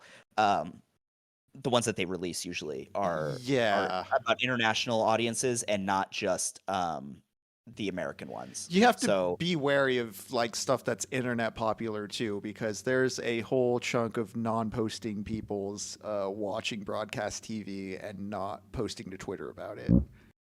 Yes, important to know that I think at its height, Twitter was only like 10% of the U.S. population or something, and that's not even the people who are like active. That's just people having an account. Twitter is not real life. Should we get back to this New Yorker article? Okay, cool. Taking my sip out of my 2012 election mug. Staying hydrated. Is that water? Fun fact. No, it's coffee. Fun fact. That was the election between Barack Obama and Mitt Romney, and I was in Boston, which was, for some reason, Mitt Romney decided to make that his campaign headquarters. I don't know if you know this, but Massachusetts did not vote for Mitt Romney. He lost our state pretty bad, and everyone was really happy when Obama won. And it was just really funny to think about how they were ready to the Mitt Romney campaign was ready to set off fireworks if they won in Massachusetts, in Boston, which nobody would have liked. And instead, everyone was celebrating that he lost. It was just great. I love that he had to face it. Fun times. Okay. Donald Trump's presidency was a boon to some news outlets, particularly The Times and The Washington Post, which were engaged in an arms race to get the most exclusive scoops. Definitely no conflict of interest here. The Times gained 5 million digital subscribers during Trump's 4 years in office, and the Post gained 2 million. As the president railed against the media and levels of trust in the industry plummeted, polls showed that about 2/3 of the country now has little to no trust in the media. These numbers were signs of hope. But the Trump bump proved to be a momentary reprieve from a sustained and inevitable decline. Inevitable, whatever. In 2021, the first year of Joe Biden's presidency, The Post, which is owned by Jeff Bezos, lost about 300,000 subscribers. The Los Angeles Times, which is owned by billionaire Patrick Soon-Shiong, sorry if I mispronounced that, reported an increase in digital subscribers in the summer of 2023, but it was about 500,000 short of Soon-Shiong's stated goal of 1 million digital subscribers. The paper laid off 74 staffers that summer, a prelude to this January's deeper cuts. So the first thing I want to point out is the obvious, the fact that these companies can make so much of their growth and their business performance is based off of, the off of Trump, right? That's what they're talking about here. And I feel like this is just like such an obvious conflict of interest for the Times and the Post, where it's obviously in their best business. And we saw the same thing with CNN. It's obviously in their best interest business-wise for Trump to be elected. Not only would he cut any kind of like regulations or tax things for Jeff Bezos or Patrick Soon-Shiong, but he's also going to be good for business in terms of like their content. And this is just another example why maybe we should decouple profit and journalism. Anyways, just something I wanted to throw out there, because. But if it doesn't make profit, how do I measure its moral worth? That's a great question. And I think that it would be a better question for a philosophy guy like yeah, Michael if Burns. only we had someone. Yeah. I don't have a great. I mean, I don't have like a great solution to this. But is dollar good? Yeah. Because I mean, you do have to pay people to do this, and we talked earlier about like nationalizing journalism and how I have some kind of reservations about that, because if you think that, the news is a little too easy on is a little too shy of being anti-war now, wait until the government that is waging that war or has, foreign policy interests in it responds to it. But it does feel like profit is just not compatible with good news. I'll say that much. Arguably, many of the factors that have hampered national outlets have been devastating local newsrooms for decades. The Times launched its website in 1996, promising, quote, to extend the newspaper's reach and create a new editorial and business opportunities in electronic media. As part of that effort, a, quote, thoughtful, unbiased filter with, quote, a powerful but user-friendly search function would amplify its classified offerings nationwide. But then Craigslist had begun its takeover of classified blah, blah, blah, blah, blah. Craigslist takes over that, which is a big part of the way newspapers make money at the time. The Times lost $543 million in 2006. A couple of years later, the company borrowed some $225 million against its recently completed Times Square building. Only after launching a paywall in 2011 did it find a path back to prosperity. But papers serving smaller markets have never rebounded. Between 2005 and 2024, roughly 3,000 newspapers in the U.S. have closed. According to the Bureau of Labor Statistics, newspapers lost more than 40,000 staffers during the same time period. 204 counties in the United States now have no local news. High poverty areas are affected the most. Same people who are going to be affected by Wendy surge pricing. And by the end of the year, it's expected that the U.S. will have lost a third of its newspapers. Meanwhile, Craigslist's, that's too many S's. Craigslist's new founder, Craig Newmark, now funds a journalism school that recently announced its intention to go tuition-free, a move reminiscent of explosive manufacturer Alfred Nobel's impulse to fund a peace prize. I think that's a cheap shot at Craig Newmark. I mean, yeah, there have been like Craigslist killers and stuff, but I don't think he single-handedly like killed journalism. I feel like that's a little out of pocket, Claire. I don't know. Am I wrong here? I'm more curious to see what the school itself teaches or is focused on, but I think That's a great point. I think it's a nice attempt, just in general spirit. Yeah, that's what I'm saying. Like, I feel like this is not a bad idea to create a tuition-free journalism school just as a blank concept. That feels good. It feels like and it does not feel quite the same as I created TNT and now I'm going to fund a bullshit Peace Prize that Henry Kissinger can win. Um, I feel like that should just be disqualifying for all Nobel Peace Prize recipients. The fact that Kissinger won, it's over. Maybe not. I don't know.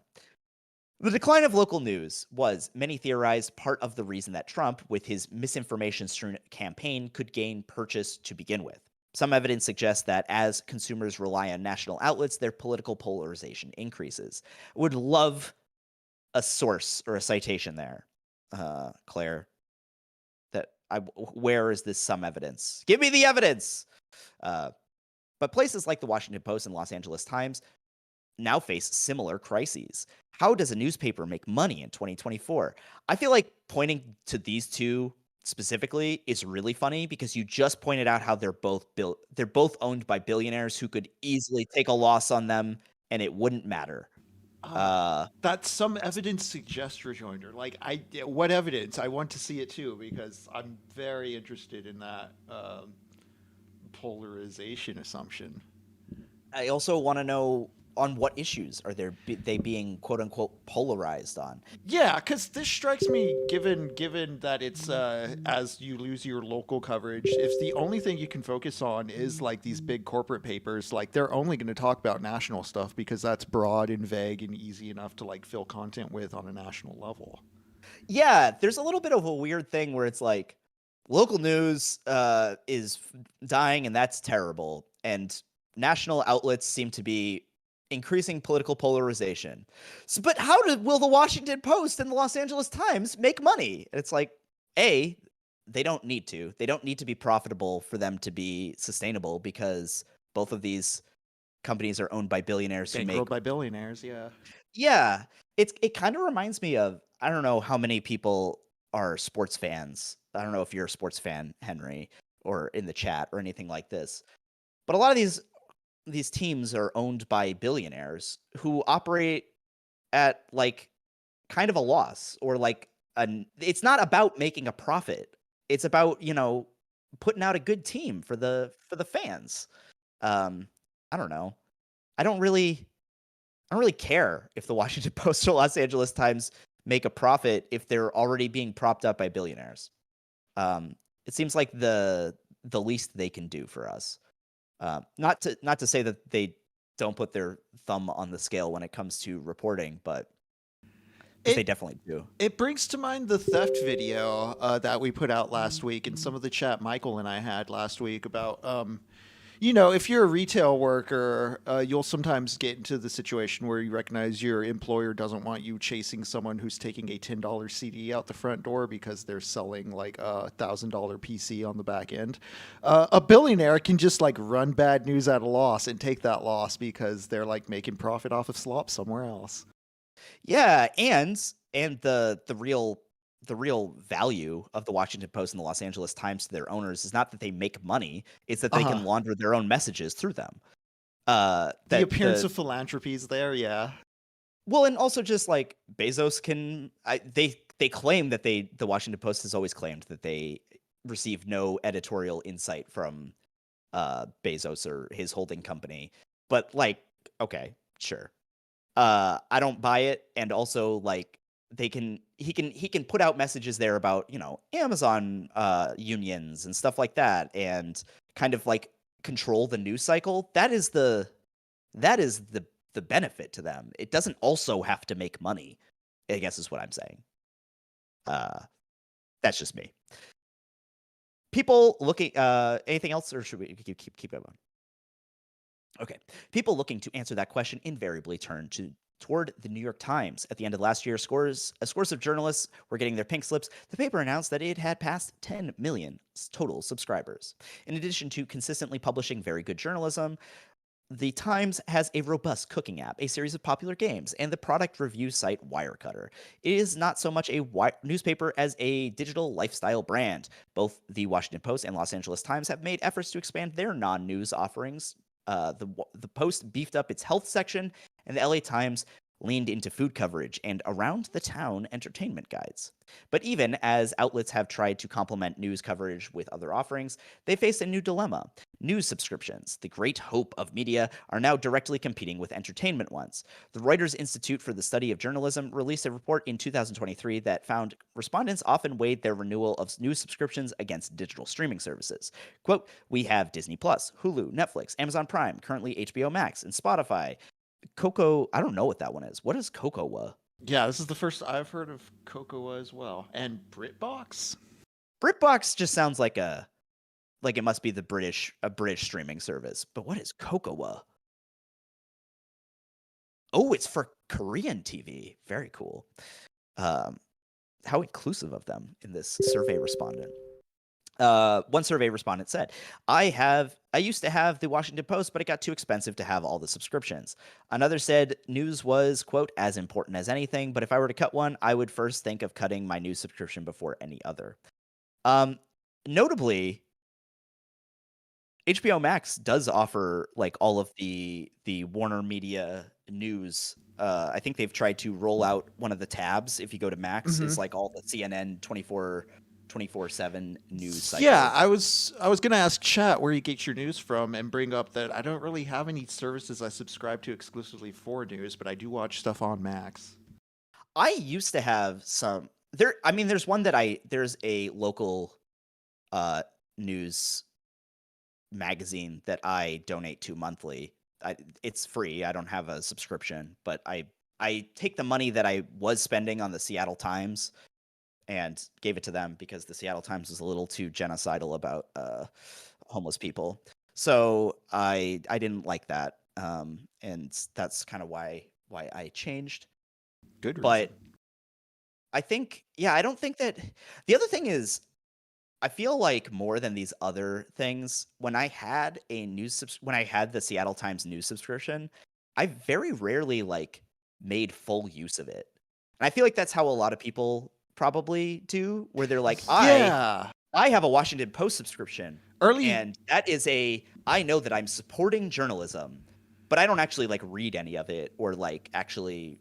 Yeah, early do anything 2010s when I would sign up for like newsletters and roundups and stuff, it just led to very full and overloaded email inboxes. It got overwhelming pretty fast.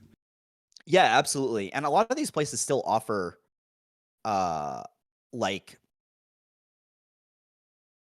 a free version. Like you can get like the headlines still sent to your, like I still get headline stuff sent from the Seattle Times or whatever.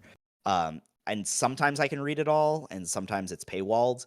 And sometimes, there are ways to get around paywalls, which I would not endorse we've done it that would on be stream. Illegal. Ballsy. I would not endorse such illegal. I don't know if it's illegal. I don't think it is. I won't mention resources, but I am looking through chat and just seeing what people are talking about. BBC, NPR. NPR is the only thing I keep on the radio in my car, just because a lot of commercial radio is just awful and ad ridden.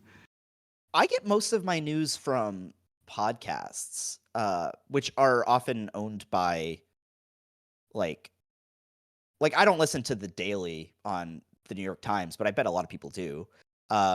I used to listen to Today Explained by Vox. There's a lot of like news podcasts from Slate that I listen to. What do people listen to in the chat other than? Yeah, where are some news sources? I know I typically will just go straight to the AP's page as well to check things out. The AP is, something. It's a bit more informational, less like narrative. Well, I believe I don't want to get into. I'm not trying to get into this, but I know that a lot of people have been disillusioned with the coverage of things in Palestine and Gaza, and I know that the AP has fired some people has fired journalists for some things that Ooh, they I'll look said. more into that if we can't talk about it Um, on stream. I mean, I could talk about it. I just don't want to get bogged down in it, and I don't remember all of the Okay. details. So, look that up if you want. I see MK Ultra said Crooked Media podcasts. I'm not a huge Crooked Media fan. You'll learn more about that in my video coming out this year about the West Wing and how Ooh. much those guys love the West Wing, unironically. So, Ground News is pretty good. I like Ground News. Tony Verzuela, because they kind of give you an upfront idea of like what the leanings of each site are. Is this more centrist? Is this more lefty? Is this more right? And they kind of like have. I'm not totally sure how they do it, but it is a cool idea, and I do like it. The times that I have used it. Yeah. Anyways, definitely not the Wall Street Journal, which we're going to talk about in a second. What's wrong with the West Wing? You'll have to wait, Alec. You'll have to wait. There are problems. Well, let me tell you. I would say the biggest, most prominent problem is that Aaron Sorkin has never had a conversation with a human woman. So, his writing of female characters leaves something to be desired. But that is what I'm going to talk about. Anyways, now I'm just promoting my own stuff. Moving forward. Cable television's problems are similarly acute, but with some variation. The cable bundle is dying thanks to the online streaming business. In a world with fewer cable boxes, CNN will likely need to figure out how to turn its well-trafficked website into a compelling news hub. Mark Thompson, CNN's new CEO and editor-in-chief, wrote a lengthy memo to staff in January outlining the company's turn toward digital products and subscriptions. He was light on specifics, if not the vibe. Quote, "We need to recapture some of the swagger and innovation of the early CNN," he wrote. Quote, "It's time for a new revolution." And that revolution is doing the old stuff. We'll get that Michael Jackson fella like in the Pepsi commercial. It's like the real definition of a revolution where we've come all the way around to the beginning again. It's very funny because on my bookshelf, which is a little too far to reach at this moment, I have "Amusing Ourselves to Death" by Neil Postman, which was a book written in 1984 or 1985, one of those, in the 80s, about how the cable news was destroying journalism because of its reliance on advertising and entertainment, and he's got a lot of medium is the message stuff in there. Yeah, so this is not a new critique. This like capitalism is not good for journalism thing. Not a new idea, but one that we apparently can't learn. Okay, moving forward. I'm sorry I'm such a bummer, guys. I'm more of a bummer than Burns, I feel like. At the same time, he told the Wall Street Journal, quote, "I'm not even sure that subscription is the right pathway for CNN, but I do think we need to start experimenting and exploring in the broader sense direct-to-consumer relationships and potentially direct-to-consumer paying relationships," which is not a subscription model, but not a subscription model. Very funny. The Washington Post's new publisher and CEO, Will Lewis, was more clearly bearish on subscriptions when he recently sat down with Semaphore. I don't know what Semaphore is, but it sounds like another new media endeavor that is, I don't know. We're throwing out a lot of media. I'm like gonna new click media. the word and see where it leads. It goes to semaphore.com, which is intelligent, transparent, and global news. Just another example of a new media endeavor that is, I don't know. They're talking about how new media is dying, but I keep seeing new ones in this article all over the place that I never heard of. Anyways, moving forward. Semaphore. That subscription-based model is now waning, and then we'll enter a more significant period of decline, he said. There's very positive evidence of how news can be accessed and paid for in more innovative ways. There are day passes that are successful. There's week passes. There are models like The Guardian where you can make donations. So there's a whole new generation of paying user concepts. I'm pretty excited about it. I think it's Newsroom 3.0. I think that the donation way that The Guardian asks, I spend a lot of time on The Guardian, and they always remind me. I don't know if you I don't know how much I'm you not look at The familiar with Guardian. their setup. What's up? Basically, they keep track of how many articles you read, and like just through the cookies and stuff, because they don't have a paywall. And when you get to the bottom of an article, or it won't let you go to the bottom, it'll like instead of a paywall, it'll be like, hey, you've read 75 articles from The Guardian this year. You should consider donating. And you can just skip that the same way you can like exit out of pop-up ads. But I feel like I like their journalism enough, and I like being asked for donations as opposed to it being paywalled, because the whole idea of journalism is that it should be like accessible, right? I feel like that is one of the big things, is that it is available and people can learn about things and they don't necessarily have to pay for it. But I don't know, it's kind of like Wikipedia. It's you know how Wikipedia is always asking you for donations. Everyone likes Wikipedia, right? Is Wikipedia problematic? I don't know. I'm a fan. Okay. I mean, it's nothing's without problems, but all right, moving forward. But the fact that the Times seems to have perfected a lifestyle weird lifestyle cum news. Formulation also means that it's tougher for other outlets to gain an edge with readers. There are some clever niches. Politico, Axios, and Punchbowl, for example, for instance, cater to the needs of insider audiences with expensive subscription components aimed at businesses willing to foot the bill for their employees. Reporting the news well is by itself no longer a profitable business proposition, and I would argue never was, which is too bad given that it's an election year. It's always an election year. And one of the major party candidates faces federal charges for interfering with an election, and the other one can't remember to tie his shoes. Quote, the New York Times is in some ways the great hope, but in some ways it's the villain, Morrissey, the media analyst, said. There's a few success cases in subscriptions, but the reality is very few publications can get more than 5% of people to subscribe to them. I bet we can get more than 5% of this audience to subscribe to patreon.com/wisecrack. Boom! That's what we call a tie-in. I don't know. Was that okay? Yeah, that was fine. We're actually getting close to the end of the show, so we do have to start wrapping things up here. Oh, no. I would like to Okay. take a moment to remind people to check out the Patreon. We did recently just start a $1 tier if you just want to support the channel and get some surprises. It's $1 a month. Goes a long way to support us. I feel like even $1 is like totally is very helpful. I think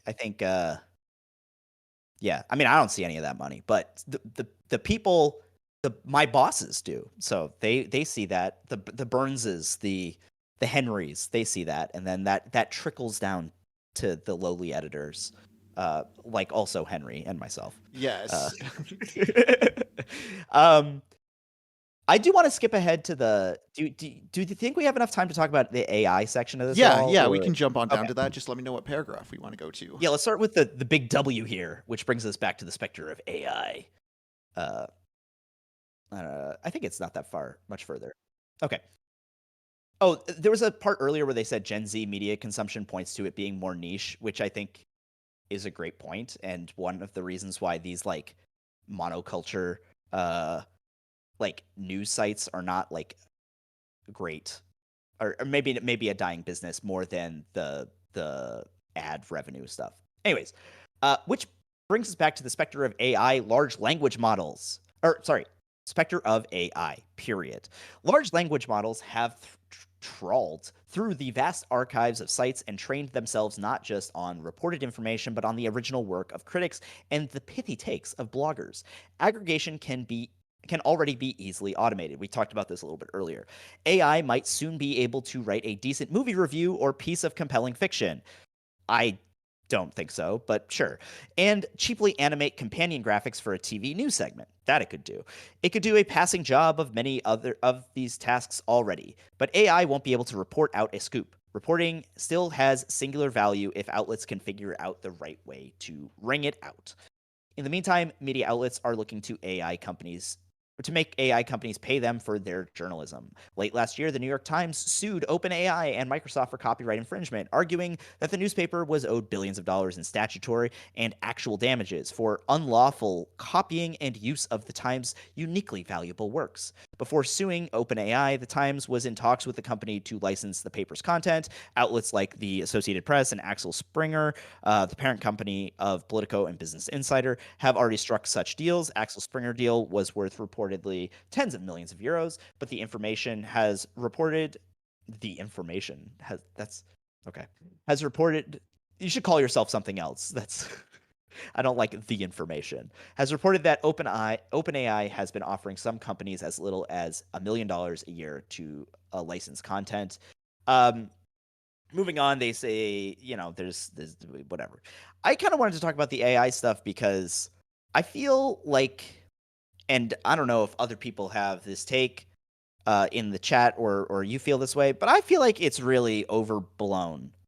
And I feel like the people who are really pushing AI as a legitimate replacement for like they say decent movie review or a piece of compelling fiction, or I feel like that is something that like the CEOs of these companies are saying it as a way of justifying all of their layoffs. But it doesn't actually seem to be like creating better work. Like I follow sports, and ESPN tried to do a bunch of AI stuff, and so did Sports Illustrated, and they were just like factually incorrect all over the place.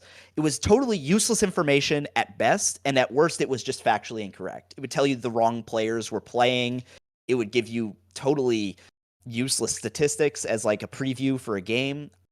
And I don't know. That wasn't like a useful thing. Yeah, and I feel like yeah, no, go ahead. Just from an owner's side, you're like, oh, it's cheap, it costs less, it's going to be better. But yeah, there's no correct or practical like use for it. Like the most pragmatic thing I've seen people do with it is use it to generate a cover letter, which is just like using AI to lie to the corporation that's already using AI to scan for AI. Yeah. Like, so it's an Ouroboros in that respect. But yeah, I don't see it going anywhere. It's been about 4 years now where I've been hearing how it's going to replace animation, how it's going to replace movie making, how it's going to do this and that. And it's just, it doesn't happen. It's just something CEOs tell each other to look forward to next quarter. I don't know if you guys read this on stream, but if you've read, it was on Rolling Stone. It was Robert Evans did a piece about going to the. We didn't do it on stream, but yeah, it's a good article. It's a great article. I think someone posted it in the Discord, which is I think where I found it. A shout out to the Patreon Discord for Wisecrack. But I think yeah, it's a lot of like hype and they talk about this stuff, but also like there's a lot of evidence that like consumers like hate it. Like people hate when their stuff is written by AI and they like trust companies like 25% less or something if they are using AI. But we're just going to keep doing it because it's profitable, I guess. We don't have enough time because we have to get. There was I'll have to pull it up in the Discord. There was like some sort of expo where they used a bunch of AI art to sell this convention with like all kinds of rainbows and psychedelic mushroom art, and it was going to be very like artsy. And you get there and it's just paintings on cardboard and just like very broke and not what was advertised. It just really reminds me of the whole Bitcoin blockchain NFT stuff where they're like, yo, you better get on or it's over. And it's like, okay, Well, I feel like you have a financial interest in me getting on. So maybe I will wait a little bit and see if it actually works. But all these companies are totally drinking the Kool-Aid. So maybe it doesn't really matter if I wait or not Well, because the economy has moved on. yeah. Well, to round out the broadcast, is there any human art you're enjoying? We like to do our "What are yous" at the end, so I'm just curious. What are you enjoying right now, Jackson? What am I enjoying? Same for you, chat. Let us know. Any books, movies, television, music, anything you're really jamming on this week? I got my ticket to see uh Dune 2 Tune on Friday, so I'm really looking forward to that. Excellent. Um that'll be great. I watched the first episode of the FX show Shogun last night. It's a adaptation of the book. I don't know if I would say I enjoy it. It's interesting. Little Orientalist, but apparently I was reading some reviews, apparently less Orientalist than it could have been, or than the source material. And that they've done like a lot of trying to adapt it to be less Orientalist, which is interesting because it still is. But it is trying hard, and that is an interesting tension to watch. Been watching The West Wing and uh, scream crying most of the way through Yeah, it. So you're doing that for the channel. That I'm yeah, very that'll forward. I'm looking forward to that. As someone who's a bit critical of Sorkin, I'm curious what you have to say. not a lot of nice things. But I do think he's a very good writer. I'll say that. Um, I don't like a lot of the things that he writes, but he's good with the words. I'll He say that he much. he hits the lyricism that sounds nice. There's a I think it's in the pilot episode of Mad Men, and he's like it's one of the first episodes, and he is he's like smoking weed with some hippies, Don Draper, and he works in advertising, and they all like look down on him, and then he like whips out some like pithy slogan, and the guy like takes a hit of the J, and he's like, "You're good with the words, man. You're good with the words," and that's how I feel about Aaron Sorkin. um, Awesome. Well, anyways, yeah. Well, thanks for hosting today. You were good with the hosting. You were good with the links, and I'm oh, glad thank you, Chat was thank here you. to chat with us. I'm glad Michael was watching us from beyond. It appears, and I we'll hope I hope I didn't let you guys down too much. I know we didn't get to 666. I couldn't do my version of the satanic voice, and we didn't get to my raw dome. But we'll just have to have you someday, back on someday and get you doing the 666 voice. Thank you for joining us, great. Jackson. Thank you for having me. It was Yeah, it was a pleasure. and thanks for joining us, Chat. We'll be seeing you next week. Have a good day.